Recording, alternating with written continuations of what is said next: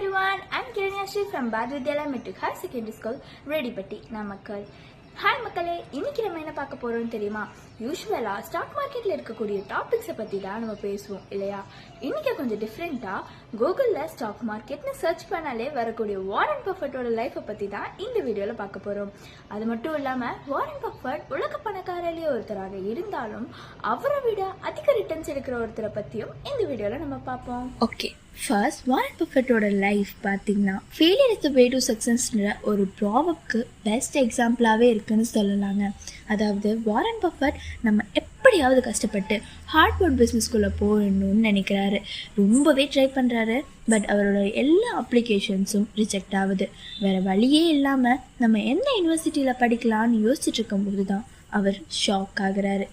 ஏன்னா அவருக்கு ரொம்ப பிடிச்ச ஃபேவரட்டானது இன்டெலிஜென்ட் இன்வெஸ்டர்னு சொல்லக்கூடிய ஒரு புக்கை எழுதின 2 ஆத்தர் ஆன Benjamin Graham and David dot, இவங்க 2 பேரும் கொலம்பியா யூனிவர்சிட்டியில் இன்னும் இருக்காங்கன்னு தெரிய வருது. ஸோ இவங்க 2 பேருக்கும் அவர் ஷாக் ஆகி ஒரு லெட்டர் போடுறாரு. நீங்கள் 2 பேரும் இறந்து போயிட்டீங்கன்னு நினச்சேன். ஸோ உங்கள் 2 பேர்கிட்டையும் நான் ஃபினான்ஸை பற்றியும் ஸ்டாக் மார்க்கெட்டை பற்றியும் கற்றுக்கிறது எனக்கு மிகப்பெரிய அனுபவமாக இருக்கும். அந்த ஆப்பர்ச்சுனிட்டியை எனக்கு கொடுங்கன்னு சொல்லியிருக்காரு. உடனடியாக அவரோட எல்லா அப்ளிகேஷன்ஸும் செலக்டும். ஸோ அவர் கொலம்பியா யூனிவர்சிட்டியில் படிச்சுட்டு இருக்கும்போதே பெஞ்சமின் கிரஹாமோட கம்பெனியில் வேலையும் செஞ்சுட்டு வராரு. அப்புறம் அவரோட சொந்த கம்பெனியை ஆரம்பித்து இன்னைக்கு வரைக்கும் ஒரு சக்ஸஸ்ஃபுல் மேனாக இருக்கார். அதுதாங்க சொல்கிறது, ஒரு ஃபெயிலியரானது ஃபெயிலியர்லேயே முடியாது. அந்த ஃபெயிலியர் தான் ஒரு சக்ஸஸ்க்கான பாதையாகவும் இருக்குன்னு. நெக்ஸ்ட், வாரன் பஃபட்டை விட அதிக ரிட்டர்ன்ஸ் இருக்கிற ஒருத்தரை பற்றி பார்ப்போம்னு சொன்னேன் இல்லையா? First, Warren Buffett stock market மூலமா $135 பில்லியன் வரைக்கும் ஏர்ன் பண்ணியிருக்காராம். பட் ஜிம் சிமான்ற ஒரு இன்வெஸ்டர், அவர் ஒரு மேத்தமெட்டிஷியனும் கூட.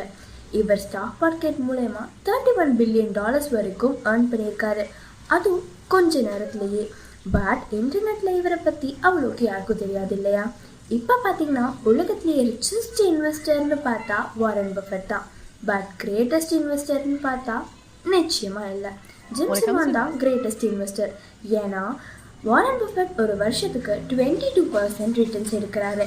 பட் ஜிம் சிமான் வருஷத்துக்கு 66% வரைக்கும் ரிட்டர்ன்ஸ் எடுக்கிறாரு. அப்போது ஜிம் சிமான் தானே பெரிய பணக்காரராக இருக்கணும். எப்படி வாரன் பஃபட் பெரிய பணக்காரராக இருக்காருன்னு எல்லாருக்கும் டவுட் வருது இல்லை?